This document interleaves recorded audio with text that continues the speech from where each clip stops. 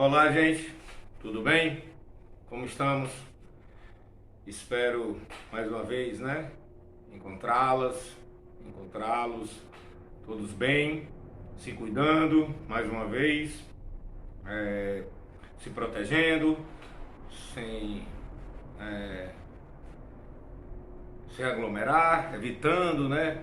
Sair de casa, se necessário, porque precisamos, né? Trabalhar usando máscara, álcool em gel, lavando as mãos. E na hora que chegar a sua vacina, tome sua vacina, que é isso que vai nos cuidar, né? E aí, gente, mais uma vez estamos aqui. Queria aqui fazer uma meia-culpa, né? Uma desculpa, mas é porque na aula passada havíamos falado de um término, mas é porque o término na realidade não é no começo do mês, é no meio do mês, diante do cronograma do projeto. Então ainda temos mais 4 aulas essa e mais 3. Então que bom, vamos ter mais aí 4 encontros com esse, para a gente poder ainda continuar falando sobre a nossa cultura, sobre o nosso folclore. Mas de antes, é importante trazer que meu nome é Rafael Rolim, sou brincante e arte educador, aqui professor da oficina Grupo Folclórico do Instituto Chico Mota, dentro do projeto Minha História, Minha Vida, Vencendo o Preconceito com Cultura e Arte. Projeto esse apoiado pela Lei de Incentivo Federal à Cultura e que conta com o patrocínio da Autopeças Padre Cícero e Perseu PVC. E agradecendo já a todos esses parceiros e também ao Instituto, como sempre, que estamos aqui em parceria. Voltando a falar daquele momento da aula passada, porque foi só um lapso, né? E agora a gente pretende, nessa reta final, então, dar continuidade àquilo que eu tinha pensado, que inicialmente seria só na última aula, e agora a gente pode estender de como a gente consegue traduzir ou enxergar, vislumbrar a cultura popular na nossa contemporaneidade, nos dias atuais ou na cena artística e cultural atual. Como que a gente consegue ver a cultura popular e o folclore dialogando, né? E isso sempre eu trouxe, com as outras áreas de conhecimento, né? Com a educação, com a arte, né? Com a antropologia, com a sociologia, com a filosofia, com a história, com a geografia, com a literatura. Fico pensando, eu como também professor, além de artista, brincante, batuqueiro, o quanto que tem de potências, né? De potência nesse encontro da arte, da cultura popular, com a cultura em geral, que abrange história, literatura, geografia e essas demais áreas do conhecimento. E essa transdisciplinaridade, essa interdisciplinaridade, né? Que ela é multi por si só, porque vem de muitos lugares, né? Aí, muitas profissões, muitas áreas de conhecimento e muitos métodos. Portanto, ela tem essa característica, a cultura popular, ela se permite a ser estudada, trabalhada, brincada, cantada, tocada e dançada por todos esses caminhos. Se você for para a arte, você vai encontrar referências importantíssimas na cultura popular e no nosso folclore, que vão dizer da nossa identidade, que vão dizer das nossas histórias. Se você chegar na história, você vai entender o quanto que a cultura popular, os movimentos organizados, o movimento negro, o movimento indígena, né? Aqui no Ceará, inclusive, temos um muito importante, né? Que é o movimento dos indígenas da etnia Tapeba, que fica aqui próximo a Caucaia, né? Caucaia tem 2 etnias, né? Demarcadas inicialmente, né? Na realidade, demarcada só a Tapeba, mas temos os Anassé também. Então, os Tapebas foram o primeiro grupo étnico indígena a conseguir homologar a sua terra aqui no Ceará, aqui em Caucaia, aqui na nossa região metropolitana, não sem muita luta e muita resistência. E aqui nós temos também o Zona Sesc, do lado dali. Aí se a gente for subir... Bom, aqui no Ceará temos 14 catalogadas, 14 etnias, se não me falha a memória. Porém, o Brasil é muito maior que isso. Pensando, né, nesses trânsitos, nessas conversas entre essas áreas de conhecimento, de saber, de experiências e vivências, aí eu venho para essa reta final, agora não mais o último encontro, mas a reta final, acho que seria interessante, cheio de curvas e sinuosidades, como os rios, né? Essa sinuosidade das águas, que muito nos ensina, né? Chegou numa pedra, desvia, você não vai conseguir, né, destruir aquela pedra, não naquele momento, né? Apesar de que água mole em pedra dura, tanto bate até que fura. Aí a gente vai entrar para outra área da cultura popular, que são os provérbios e saberes populares, que não é o assunto de nossa aula de hoje. A nossa aula de hoje é pensar esses conhecimentos interligados, interconectados com outras áreas.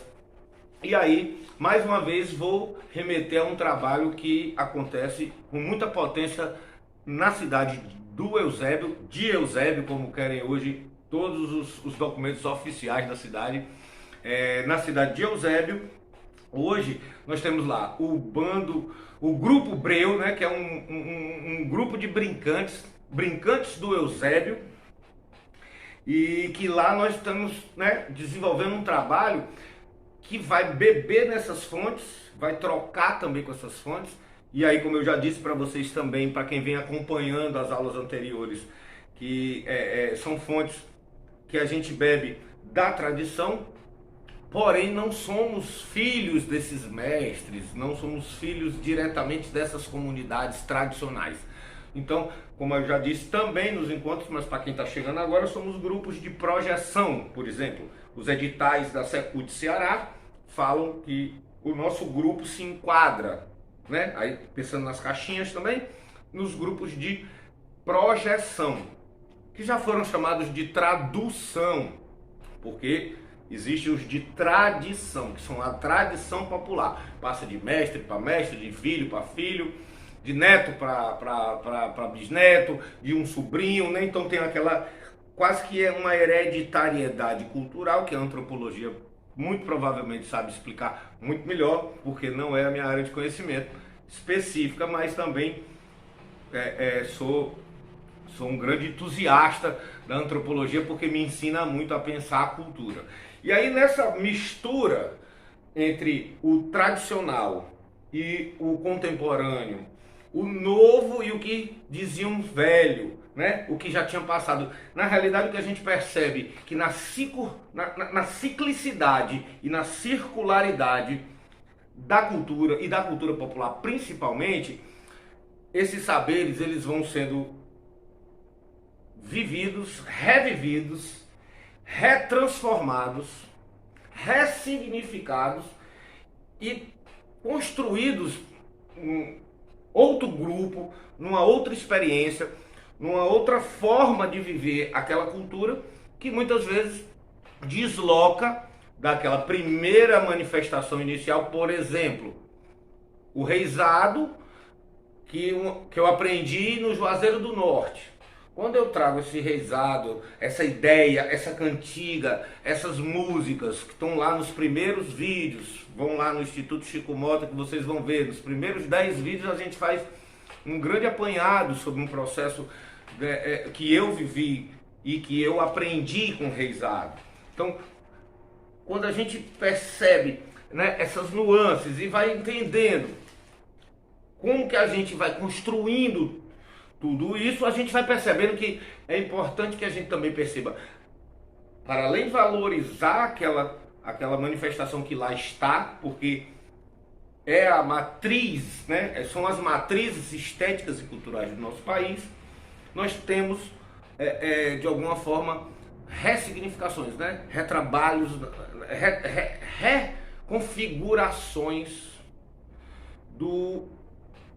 desses estudos, dessas pesquisas e dessas experiências principalmente. E aí nessas experiências eu queria trazer para vocês um vídeo novo que vocês ainda não assistiram, claro, porque todos que a gente tem trazido nesta série dentro da oficina Grupo Folclórico do Instituto Chico Mota, todos são inéditos, né? Nós gravamos sempre de forma inédita, e esse que eu vou trazer por dentro do vídeo também é um vídeo que também faço parte, é do meu coletivo, no coletivo que faço parte aqui também no Eusébio, que já falei, que é o Breu Brincantes do Eusébio. Vocês já viram 2 outros vídeos, e agora eu trago para ir amarrando essa primeira aula nessa reta final, uma proposta de pensar a cultura e a cultura popular e o encontro de pessoas. Aí eu vou esticar mais um pouquinho, como diz aqui, eu estava dando uma aula ontem para os meus alunos, minhas alunas da UES, e eu estava dizendo de esticar a baladeira. Eu vou esticar a baladeira uma coisinha neste curso, para a gente poder pegar o folclore e dialogar com a saúde. Porque você pegar todo esse universo que eu falei de arte, cultura, história, ciência, antropologia, literatura, música, dança, teatro, e se você consegue, né, se a nossa sociedade se permite a transformar isso, e brincar isso, e dialogar com essa temática, com essas informações e com essas referências estéticas, e levar isso em diálogo com a saúde, e aí não só a saúde doença, porque aí quando a gente muitas vezes fala em saúde, a gente fala de saúde e doença, porque eu sei que aqui não é uma oficina na área da saúde, é uma área da cultura, né? Então, às vezes a gente pensa a saúde como doença, mas saúde enquanto um lugar de bem-estar. Está lá na Constituição, está lá na nossa Constituição Federal. Esse projeto é apoiado pela Lei Federal de Incentivo à Cultura. A Lei Federal de Incentivo à Cultura, ela tem que obedecer à Constituição. E na nossa Constituição está dizendo que saúde é bem-estar. E cultura, dançar, brincar, cantar, viver, né? Se relacionar enquanto ser social é de extrema necessidade. E isso tem tudo a ver com a saúde. E aí faço mais uma provocação aqui e brincando com vocês, para que a gente pense essas relações, essas inter-relações, e aí não só mais entre as disciplinas, entre as áreas de conhecimento, mas como a gente pode pegar tudo isso, o coco, o reizado, a ciranda, o quanto essas manifestações populares mexem, transformam o cotidiano das comunidades onde elas existem, onde elas nasceram, onde elas se apresentam. Então, toda vez que você vê uma brincadeira acontecendo num território, saiba que aquele território está vivo. E quando você fala de vida, você não fala só de cultura, de arte, de teatro, de folclore. Você fala de saúde. Nunca antes a palavra vida esteve tão atrelada e tão respeitada, talvez, né? Principalmente nesses últimos meses aí, anos, 2 talvez, essa palavra foi tão valorizada. Infelizmente, né? Infelizmente, pelo número de mortes. E a cultura, e a música, o teatro, a dança, o artesanato, a artesania, a pintura, a dança, que são inspirados completamente, que é uma palavra que eu tenho trazido muito pouco aqui, numa ideia de ecos que chama de ecossistema, de ecologia. Uma ecologia é um estudo de um ecossistema, é um estudo de um determinado espaço geográfico, tempo histórico, que ali tem bichos, pessoas, árvores, rios, montanhas, pedras, lagos, né? Como aquilo se constituiu? Aquilo também tem uma história. A arte também tem uma história. A cultura também tem uma história. E aí, nessa brincadeira entre ciranda, reizado, coco, que a gente vem trabalhando, bandas cabaçais, teatro, música e dança, eu vou trazer para vocês agora um vídeo que vocês vão certamente ficarem no mínimo curiosos por conta do produto final que surgiu.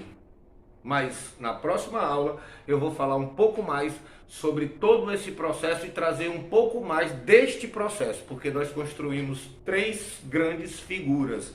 Vocês agora vão ficar com a cobra. E a cobra, num contexto deste vídeo, pensando sim, aquilo que eu acabei de falar, entre a relação de saúde, educação e cultura. E o nome do nosso vídeo este produzido por Amanda Frota, que é uma grande militante da saúde, mas também uma brincante das artes do cuidado e das brincadeiras populares nordestinas, que assina o vídeo. O nome do vídeo chama Cultura e Arte na Pandemia. Assistam e depois, na próxima aula, nós conversamos. Vão lá no Instituto Chico Mota, dão aquele like se gostarem, divulga para os amigos e até a próxima, gente. Muito obrigado.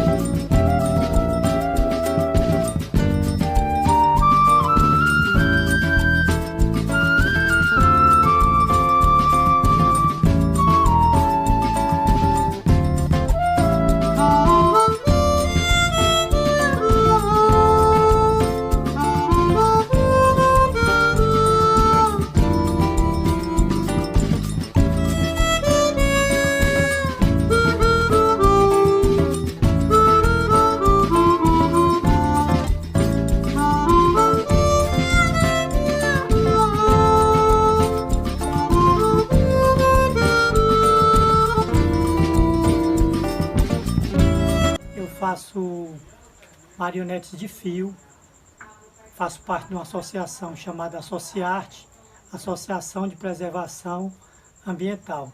A gente trabalha mais com material reciclado, né, que é o nosso forte, né?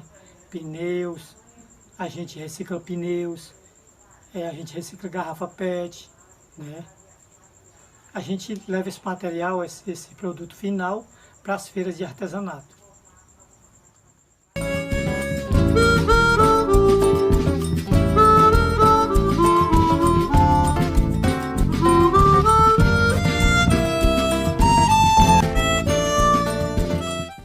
Quando eu era criança, a gente não tinha muito recurso. Meu pai era vaqueiro numa fazenda e 6 filhos, né, para dar de comer, então não tinha dinheiro para comprar brinquedo. Então eu inventava os meus próprios brinquedos, com toco, pedaço de toco, era sabugo de milho, pedaço de cerâmica, tudo era meus brinquedos, minhas bonecas. Aí eu fazia também muitos bichinhos de manga, as mangas caíam do pé e eu fazia os bichinhos, fazia os curral. Aí quando eu completei 8 anos de idade, o meu pai me trouxe uma marionete de fio.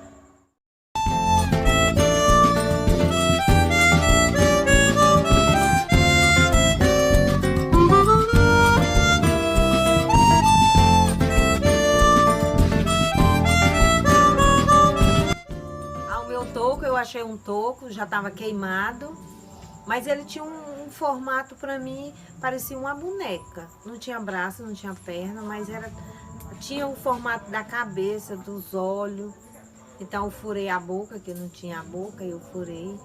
E era um encanto o meu toco. Mas como a minha mãe cozinhava no fogo a lenha, aí acabou a lenha e minha mãe acabou cozinhando feijão com o meu toco. Eu chorei tanto. Aí eu acho que por causa disso que hoje eu trabalho com madeira, transformando a madeira em brinquedo.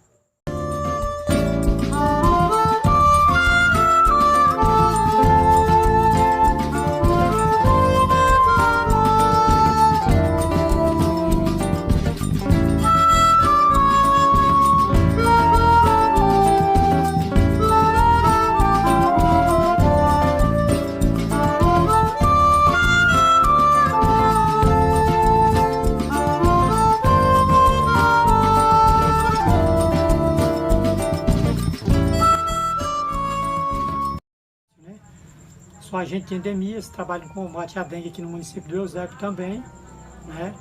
E assim, o que mais me despertou no artesanato foi que eu fui uma vez para uma feira com meus filhos, né?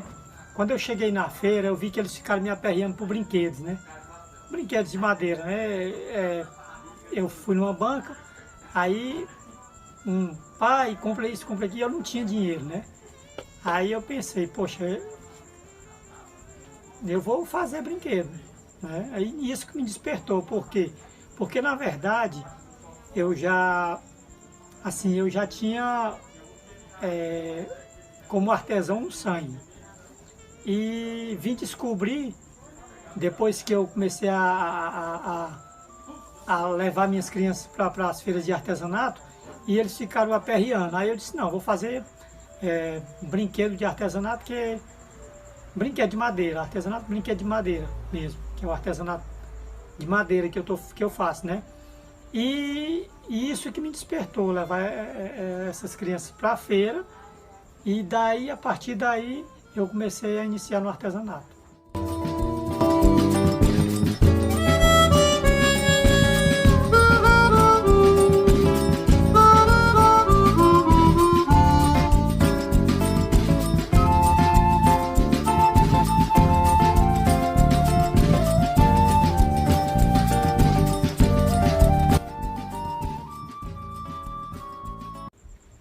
Cultura é tudo isso.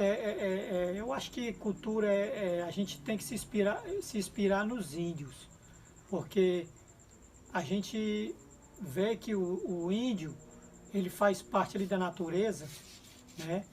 Ele extrai a tinta da natureza, nada é industrializado, né? Tudo que eles fazem assim, inspirado na natureza. E isso aí, para mim, isso aí é cultura, é raiz. E comecei a fazer teatro popular, né? Teatro de militância e tal, teatro social. E depois desse teatro eu conheci outras pessoas que faziam outro teatro também, eu comecei a agregar e fazer as duas coisas, assim, buscando uma linha onde eu pudesse falar o que acreditasse, né? Numa forma mais livre e tal. E de forma que eu pudesse também me divertir, né? Eu acho que arte é tudo aquilo que te traz prazer. Você faz com prazer. Se você faz com prazer, isso aí vira uma arte, né? Eu, no artesanato, eu procuro fazer todo material que eu faço, eu procuro fazer perfeito, né? Porque eu acho que a perfeição é isso, é você sempre estar aperfeiçoando para chegar um dia ser uma peça original, uma peça que você olhar para ela assim e dizer assim, isso aqui é o que fiz. Eu sou pedreiro, meu pai era mestre de obra, eu trabalhei muito tempo com meu pai, então eu ficava entre a construção civil e a arte, né? Ficava navegando aí porque a arte não me dava grana ainda e a construção civil eu ganhava grana ali e tal. E aí, cara, um dia eu deixei de ir pro ensaio, era 12 horas de ensaio de produção, era um mês de produção direto. E aí deixei pro ensaio uma vez, tá, pra pegar uma grana, né? Fazer um bico de pintura, aí voltei no outro dia e aí, cara, aconteceu, eu falei, bicho, tava sem grana, fui fazer um bico e tal. Falou o seguinte, velho, se você quiser ser artista, no dia que você deixar de fazer ensaio pra ir fazer um bico de outra coisa, você nunca vai ser artista. Aí eu, sim, senhor.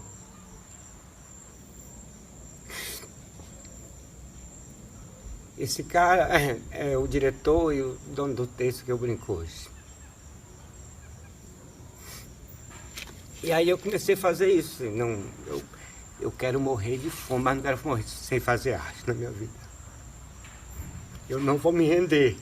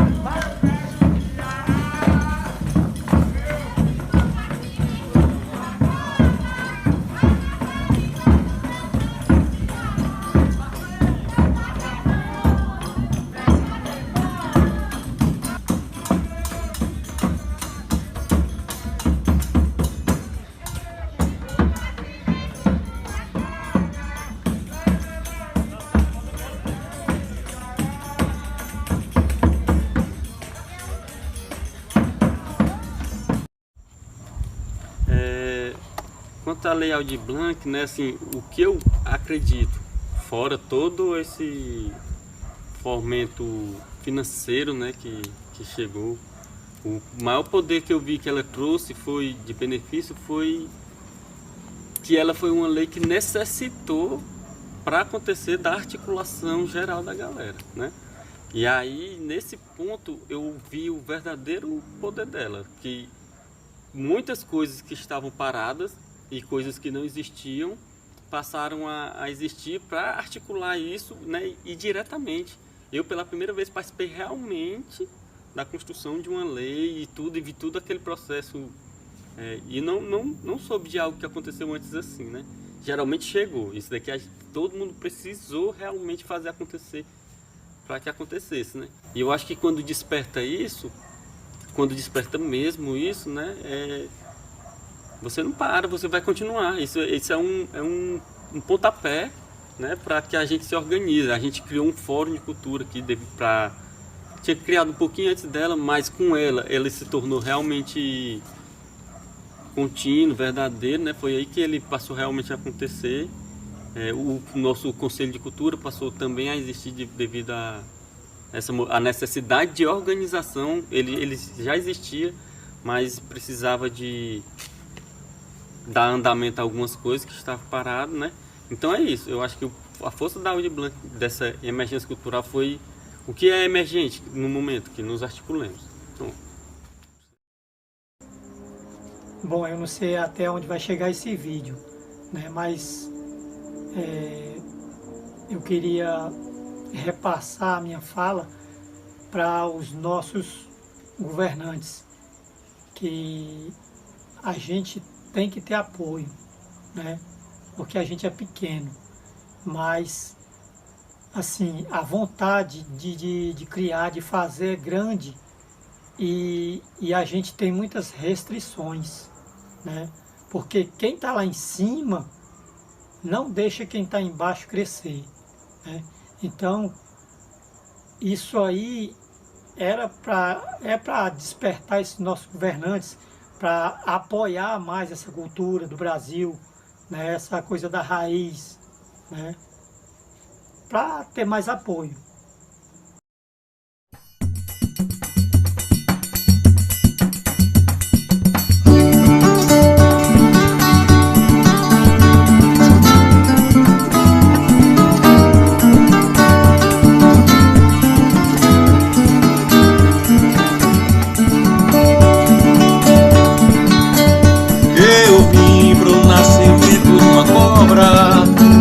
Nas guarimbas do Eusébio do Ceará, eu vi o nascimento de uma cobra lá nas guarimbas do Eusébio do Ceará.